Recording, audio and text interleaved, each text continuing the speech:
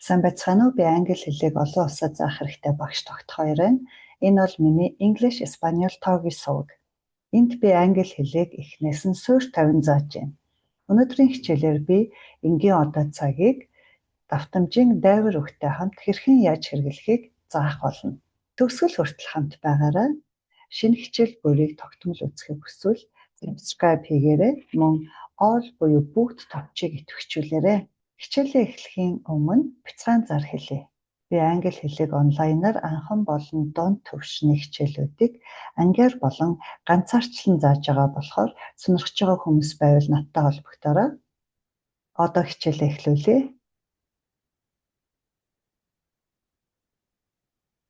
Present simple tense энгийн одоо цаг adverbs of frequency давтамжийн дайвар үг. Өмнөх хичээлээр би энгийн одоо цаг дээр яаж одоо илэрхийлдэг вэ гэдгийг заасан байгаа.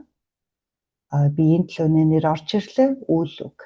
Ерөнхийдөө орчуулга нь бол ингэдэг, тэгдэг гэж яригдана. Үгүйсгэхтэр бол don't, doesn't нэмэгдэж орж ирнэ. Үйл үг хэвээрээ өөрчлөгдөхгүй. Тэгээд тэгдэггүй, ингэдэггүй. Асуух өгүүлбэр болохоор тэгдэггүй, ингэдэггүй. Дүү дасаар асууна. Би энэ төлөвний нэр орж ирээд тэгээд энэ үйл үг хувирахгүй. За энэ хичээл хэрэгтэй хүмүүс.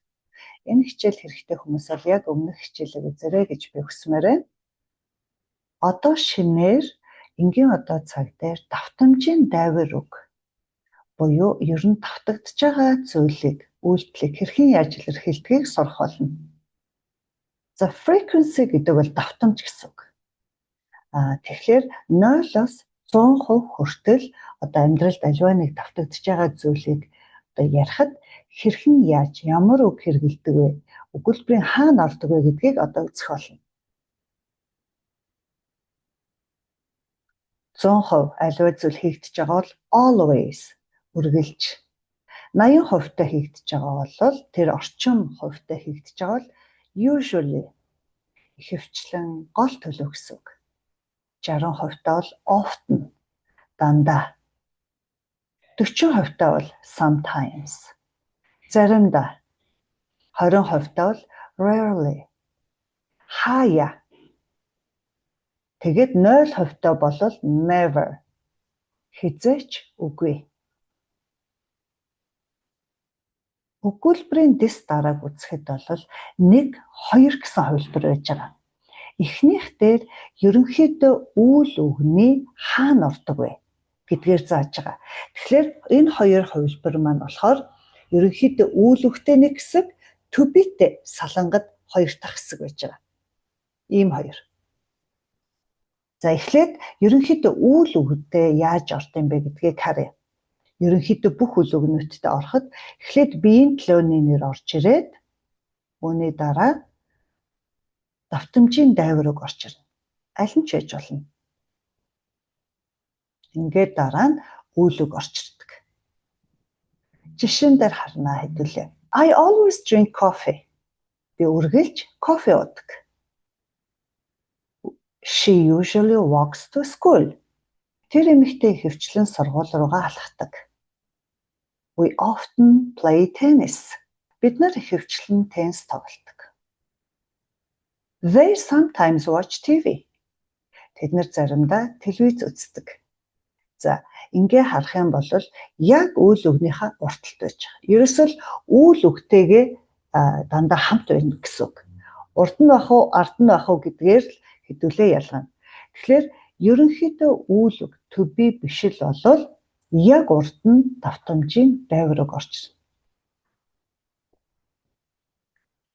Play гэдгийн яг урд, often. Watch гэдгийн яг урд нь байж. Одоо to be-тэй яаж ордгийг үзье. За, to be бол одоо аливаа үеийн эзэнтэйгээ хамт явж байгаа. Энүүний дараа давтамжийн дайвар үг орж ирнэ. Тэгээд дараа нь одоо to be-тэй хэрэглэгддэг үгнөөс орж ирнэ. Ерөнхийдөө To be happy гэвэл баяртай байхыг хэлдэг. To be busy завгүй байх. To be late оройтох. To be early эрт байх. To be tired ядрах. To be angry гэх юм бол уурлах гэсэн үг болдог. Бүтэн үйл үгээр. Энэ дээр бол би яг энэ тухайн энэ үгнүүд маань юу гэсэн үг вэ гэдгийг бичсэн байж байна. Эдгээр нь to be-тэй хамт орохоор тэгэх, ингэх гэдэг үйл үг болчихдог. Эднэртэйгээ хамт үйл үг болчихдог. Жишээн дээр харъя. To be-гийн яг арталт орно гэсэн байгаа. She is always busy. Тэр эмэгтэй үргэлж завгүй байдаг. They are usually happy. Тэд нэр ихэвчлэн аз жаргалтай байдаг. Баяр хөөртэй байж байдаг. He is often late for class. Тэр ихэвчлэн хичээлдээ хоцордог. Тэр эрэгтэй. Тэгэхээр ер нь хоцордог хүмүүс байдаг шүү дээ. Тэгэхээр тэр хоцорд юм а гэж ярихдаа энэ цагийг хэрэглэх нь байна. I'm never angry. Би хизээч ууралдаггүй. Ерөөс огт ууралдаггүй хүн ингэж хэлж болох нь байна. Эсвэл байнга ууралдаг бол I am always angry. Байнга ууралдаг, тийм ээ? Үргэлж. За, ингэж одоо to be-тэй хэрэглэгддэг байх нь байна. Тэгэхээр энэ одоо хоёр ялгааг л энэ сайхан толгоонд хийгээд авах хэрэгтэй дээ. Дасгал дээр ажиллаад үзье. Дараах өгүүлбэрүүдэд өгөгдсөн давтамжийн дайвар үгийг зөв байрлуулна уу? Эхнийх нь always гэдэг үгийг хэрэглэнэ. She eats lunch at home. Тэр эмэгтэй гэртээ хоол иддэг гэж. Хоёрт нь often гэдэг үг хэрэглэнэ. They play basketball after class. Тэд нар сургуулийн дараа сакс тоглодог. Never гэдэг үг хэрэглэх нь I drink cola. Usually we are happy on weekends. Хагас бүтэнсээр жаргаж авдаг байх нэ. Sometimes гэдэг үг хэрэглэнэ. He goes to bed early. Тэр эрт унтдаг.